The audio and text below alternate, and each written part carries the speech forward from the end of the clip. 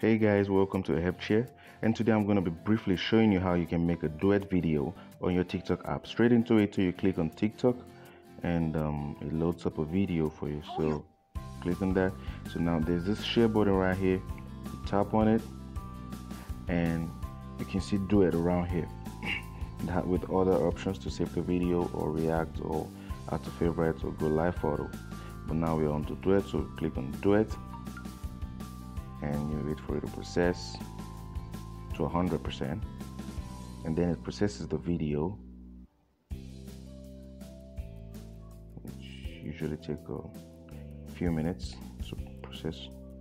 So and then when it's processing, then you have your screen split it into two, and then you can now do what is right there, or how to how to go about it.